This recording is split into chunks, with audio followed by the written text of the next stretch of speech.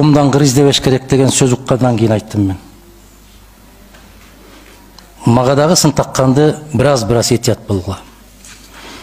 Конституцияны бир канча жолу окуп чыксаңар да, мен урматтуу министрдин орун басарына суроо берип атам, бул киши ар бир айткан сөздү туура деп атат. Мага баа берердин алдында ошол Конституцияны терең карап көрсөңөр деп атам.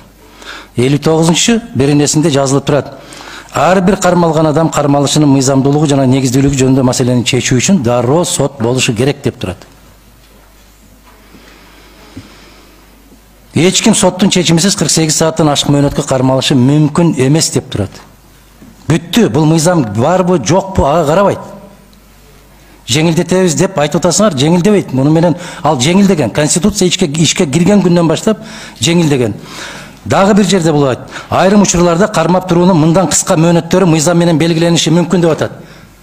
Мен ошону айтып атам. Жарандык коомдор менен киргизсеңер, жүздөгөн мисалдарды келтирип берет. Баласы чыркырап сыртта ыйлап аткан болсо, ошону 48 саат кармабай, аныкталгандан кийин 6 сааттан кийин чыгарып жиберсем эмне болот деп атам мен. 4 сааттан кийин чыгарып берсем эмне болот? 1 сааттан кийин кечирим сурап чыгарып берсем эмне болот? Эмне үчүн биз 48 саатка камап атабыз деп атам. Түшүнөсүңөрбү жигиттер? Ошолор биз менен сиздин шайлоочуларыңыз. Ушундай чыркырап ыйлап аткандар ошондой. Мына жерде жазып атат. Ким экендиги аныкталганга чейин, бирок 48 сааттан ашык эмес. Эгерде башка мамлекеттин жараны болуп, ким экендиги аныкталбаса, мага десеңер 48 айга отургузуп койгула. Бул максатка ылайык болот. Азыр Нурлан Тургунбекович айткандай, эгерде өзгөчө кырдаал болсо, Кыргызстандын жараны эмес болсо, анын ким экендиги белгисиз болгон болсо, бул кыргыз жарандарына гана келиш керек. Ким экендигин аныкталганга чейин бирок деп турат. 48 сааттан ашык эмес дейт. А ушуну силер так жазып койсоңор болобу?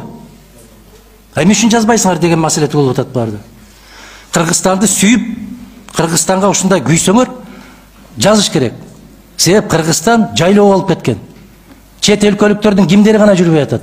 Биз менен бирдей жарандык укукка ээ болуп калдылар. Эмне үчүн ушул 28 беренеге ушуну толуктап жазсаңар эмне болот? Биздин коопсуздук бекемделет. Биздин мамлекетте тартип күчөйт.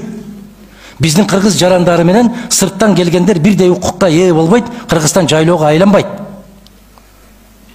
Мына ушул позицияларды киргизиш үчүн жарандык угууларды өткөрсөк, мына жердеги баякы адистердин карамагынан өткөрсөк, кече өзгөчө кырдаалдарда иштеп жүргөн биздин офицер, генералдардын бардыгын чогултуп алып, кандай кыйынчылыктар башыңардан өткөн өзгөчө кырдаал болгондо, кече эле Ош коогалаңы болгондо кимдер гана жүрбөдү Кыргызстандын аймагында?